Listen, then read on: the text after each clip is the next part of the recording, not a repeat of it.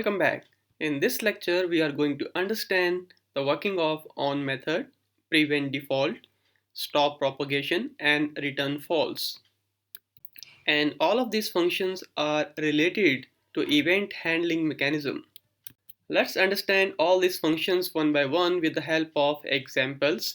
And I am going to use the same home.html file, so which is in my project folder. So let's go back to the code first and let me erase this one.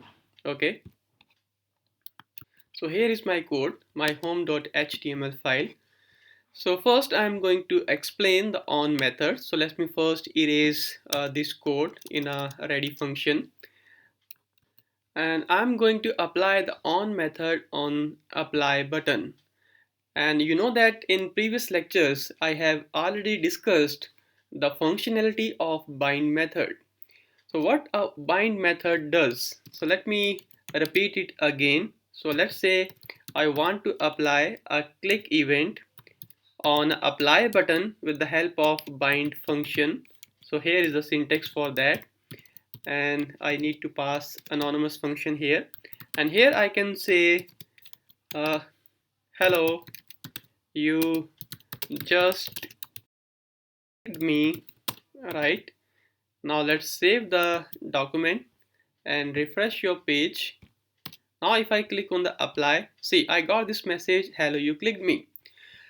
So this is the idea of using a bind function. With the help of bind, you can bind your events with existing HTML elements, and you can detach events with the help of unbind function, which I have already discussed in my previous lectures. Now it's time to understand the on method, right? So on method is a newer method provided by the jQuery library, and according to the jQuery official documentation, the bind method is obsolete. Okay, so they are not recommending to use bind method now. So let me show you the official documentation. So let's open the website. So here is the official website, api.jquery.com, and here at this point you can see that as of jQuery 3.0 the bind has been deprecated and it was superseded by the on method. So now they are recommending that you should use on method for applying events and detaching the events. So this is the better way of doing this. Well, don't worry, it's not difficult. The only thing is you need to replace the bind a keyword with the on, right? So the entire syntax is exactly same. Now if you go back here, let me save it first. Now you go back here, now refresh your page, and now if I click on the apply, see, I'm still able to attach a click event, right? And just like unbind method, you can also detach events by using off function. So I am saying I want to detach click event from this button. So let me save it. Now if I go here and refresh my page, now click on the apply, see nothing is happening. So I am continuously clicking on apply and we are not able to get the message because we have detached the event. So just like bind method, you can also add multiple events like I can say mouse out. So I am applying two different events and I am detaching mouse out event, right? So only double click is going to work fine. So let me go back here, refresh your page, now click on apply, nothing is happening. So let me double click on it, see I got a message, and mouse out is also not working. So it is just a new way of applying the events. You can do anything, you can apply multiple events, you can detach events, right? The functionality is exactly same, but the jQuery library is recommending that now you should not use the bind method, right? And in fact this on method will also work on dynamically added HTML elements. So this is the advantage. So now let's understand the purpose of prevent default. So I have already explained it in my previous lectures, but here I am going to repeat it again. And I'm going to apply this event on, let's say I have an anchor tag here, right here. And here I'm going to write HTTP like api.jQuery.com. So this is the official website of jQuery. So when I click on the learning jQuery, so this anchor tag will take me to the api.jQuery.com. So let me go here, right? And here I am saying when I click on this link, I want to do some action. I want to perform some action first, right? So here I am saying that when you click on this anchor tag, I do not want this anchor tag to take me to the api.jQuery.com. I want to prevent the default behavior of hyperlinks, right? I do not want to open the web page immediately. I want to do some action and thereafter I want to open the web page. So in that case, what you can do, you can call a prevent default function. And now with the help of this prevent default function, this anchor tag is not going to take you to the api.jquery.com website, right? Now here you can do some action here. Maybe you can apply some code here. So hi, we are going to take you to official website. So maybe, so right now I have only single line of code, so you can write your own 10 to 15 lines of source code, right?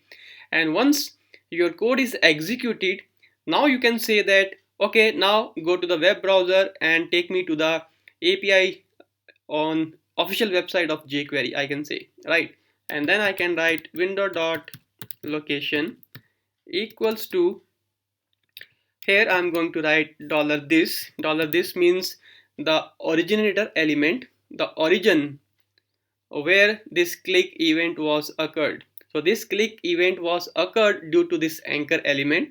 So $this means the anchor element on which I clicked, and here I am saying that I want its href value, and the href value of this anchor element is api.jquery.com. So this is the link, api.jquery.com, you can see here. So that is the href value. And window is a ready-made object and it is part of every web browser, and location is the property, and we are saying that we want to change the location, and that location should be api.jquery.com. So let me save it. Now go back, refresh your page, and I think this is the anchor element where I applied my code. Let's click it here. We got a message, hi, we are going to take you to the official website.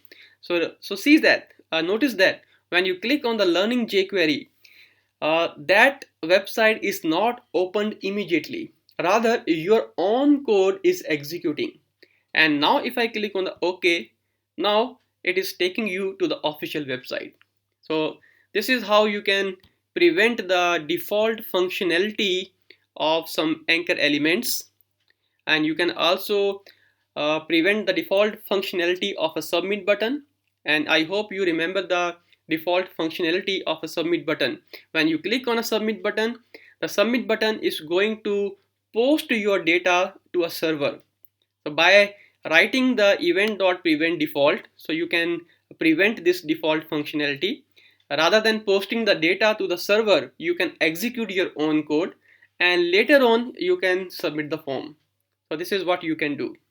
Let me talk about stop propagation function. So this is the stop propagation, and you know that all web browsers allow event bubbling, and in event bubbling the event bubbles up towards its parent. So this is the anchor element. When I click here, this click function will execute, and then the click function will let me take my tool here, and then this click function will propagate or bubble up towards its parent. And if you have registered a click event for this division tag, it will also execute, and then the click event will bubble up towards its parent, right? And if you have registered a click event for this element, then it will also execute. So imagine that you do not want this behavior, right? So you can avoid this behavior by calling a function that is stop propagation. Stop propagation means stop bubbling. I do not want the click event to bubble up towards the parent, right? So let me first write a click event for this division tag where the class is container, so that you can have better idea what we are talking about. So let me write a division dot container, and let me write click function here. You can even use bind, you can use on, it's your own requirement. Let me write an event here. Here I am going to show the message that I am the parent of anchor, right? So let me save it. Now go back, refresh your page. Now if I click on the apply, see you, okay, we have not added any event for the apply button, so I have to click here. So if I click on learning jQuery, see you got a message, hi, we are going to take you to the official website. And if I click on the OK, see, I am the parent of A, this is also called. Now if I click OK, you got your official website. So the click event handlers for both of these elements are running. The click event function for this anchor tag is running, then the event is bubble up towards the parent, and then the click event for this division tag where the class is container is also executing. This is the behavior of bubbling. I do not want this behavior. I only want to execute the event handler for this anchor element, right? I do not want to I do not want my event to bubble up. That's it. So I can go here, and here I can write event.stopPropagation. I can call my function here. Now if you go back here, now refresh your page. Now click on the learning jQuery. I got, hi, we are going to take you to the official website. Click on OK and see. That's it. So this function is not executing. It means I stopped the event bubbling. Now my event is not bubbling towards the parent. So this is the functionality of stop propagation. Now let's understand the purpose of return false statement. So this statement is very powerful, and in fact return false is a combination of prevent default and stop propagation, I can say. Okay, now go back to your code, and rather than writing these two functions or calling these functions, right, I can even do the same job by just adding a single line statement, return false, right? Return false means I want to prevent the default behavior of the HTML element, and I want to stop the bubbling. Now let me comment these two functions. Now let's save the document, go back, refresh the page. Now click on learn jQuery.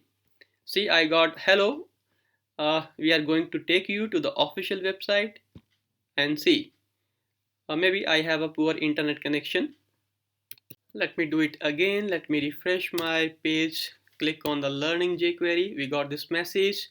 Now if I click on the OK, and yeah, I got the official website. So this time again this function is not executing, which is actually an event on a parent, right? So we stopped the default behavior of anchor element, right? We are not immediately going to the official website, rather we are able to run our own code when I click on the anchor tag, and at the same time we are able to stop the bubbling, so this event is not moving towards the parent. So this is all about about, I can say, its functions like prevent default, stop propagation, return false, and on method. And remember that these functions are very useful. So keep practicing and try to make your own code.